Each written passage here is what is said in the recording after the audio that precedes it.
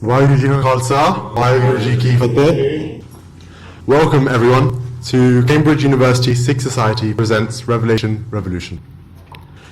I'm Gurkiran, the President of the Sikh Society, and I'm so honoured and humbled to see you all here today. I'd just like to say a big thank you to each and every one of you for coming. It really means more to me than I can put into words to see you all here. Before we get underway, I just need to go over some simple housekeeping. We're not expecting a fire alarm today, so if you hear it, it's real.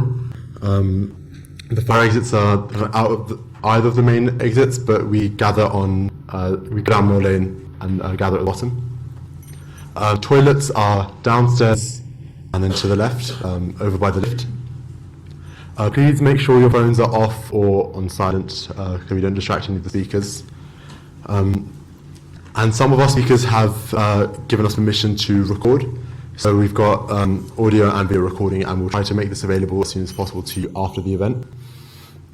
We'll email you details about how you can access it.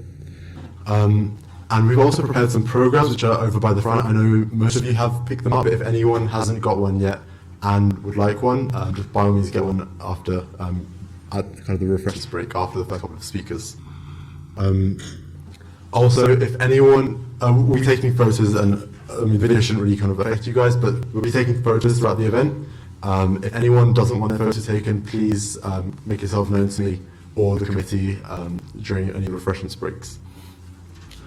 So, now that that's dealt with, I'd just like to again say thank you to everyone for being here today. As you may be aware, this is the first ever external event that Cambridge University Sikh Society has run.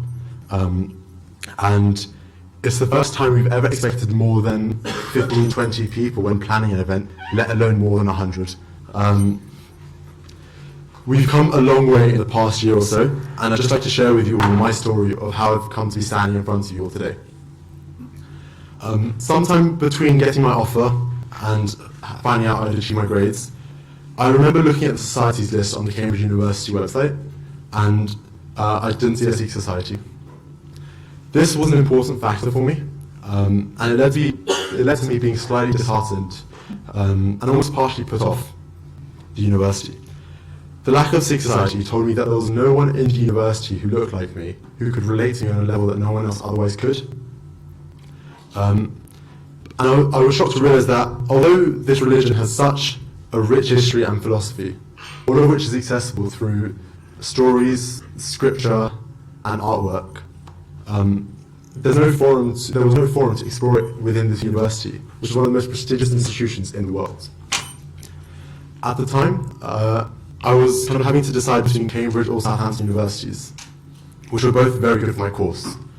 My dad was also concerned that Cambridge wouldn't be kind of ideal, it would have little to no Sikhs here, and he was very concerned by this, and I think he was trying to encourage me to go to Southampton for fear of that.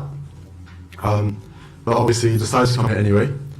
And arriving in Cambridge, I somehow found out there was a Sikh society, and it was so small it had barely been set up. It had not been officially registered with the university, but there was a society, and it made me feel so much more comfortable. We met early during the first term, but throughout the rest of the year, no other events were organised, and we barely ever heard from anyone within the society. Turns out, it had been like this for the past few years.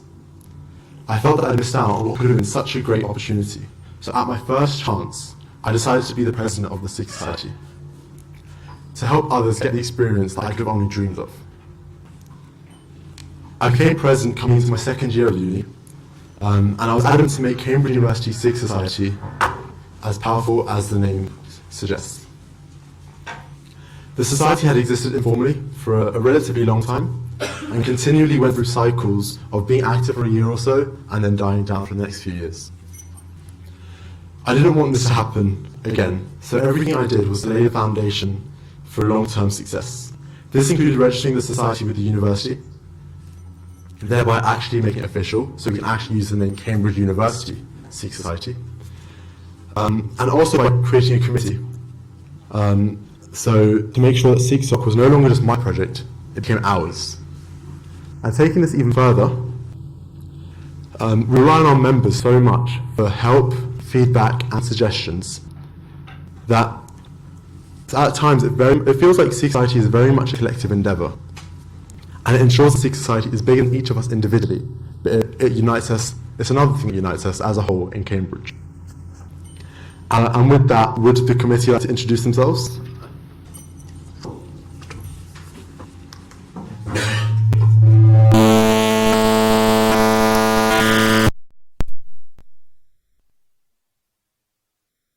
Gurkiran Singh. I'm a second year engineer at Trinity College. I'm the events officer for Sikh Society. What that means is basically I organise events like this regularly on a regular basis so that all of the members of the society are engaged. Everyone keeps coming together as a community. We all engage with each other, stuff like that.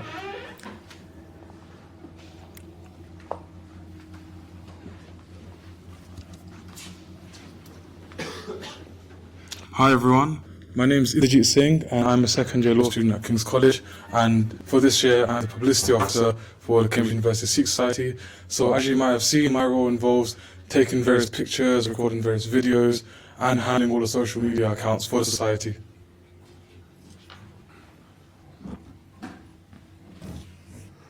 Hi everyone, my name is Gurkiran Singh Lote. I am the Vice President of the Sikh Society.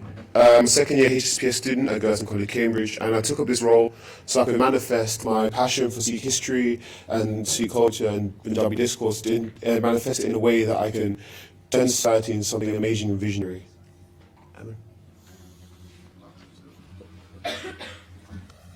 Hi, I'm also Arjun. I was here before him. I'm the treasurer. I deal with all the boring stuff like the paper, the money, but as well as that, like in the committee. These roles are just sort of namesake. Basically, we all just do everything. Hi everyone, I'm Emin. I'm a second year lawyer at Magdalen College, and I'm the welfare officer. So I help with the general running of the committee and making sure they all stay sane. Other than that, yeah, thank you very much.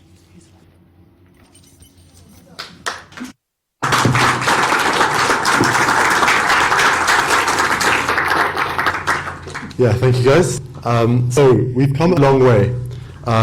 We've come from the point where the society was just a bunch of us meeting up on Friday evenings to recite Rera Sahib together, struggling through the Barney with our limited Gurmukhi reading ability, before we'd go out to get food together and maybe chill out, listen to some music together in the common room. We'd have loads of ideas for events, but we'd lack the manpower or the member interest, or the member numbers in fact, to actually run them. But within the last year, we as a society have run a large variety of events covering religious, social and educational domains. We have recurring events like Rera Sahib, the Sikh evening prayer, where we meet up together on Friday evenings to recite it together. And we've run one-off events like a Langar Seva, where we prepared langar in the Gurdwara and we served it to the homeless in Cambridge. We've attended an academic conference run by our Oxford University counterparts, as well as events like the Vaisakhi Nagar Kirtan in Southall. But by far, the most exciting time for me is right now. Michaelmas Term 2019, the first time ever that freshers have joined the University of Cambridge, Sikh freshers have joined the University of Cambridge to an actual existing Sikh society.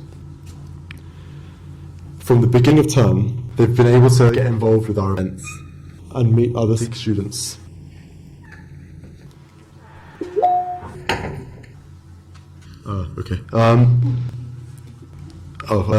Because of this, we've been able to organise some really exciting events, such as last week where we went over to Oxford to run a Sikh Access Conference to help intelligent young Sikhs apply to top universities in the country.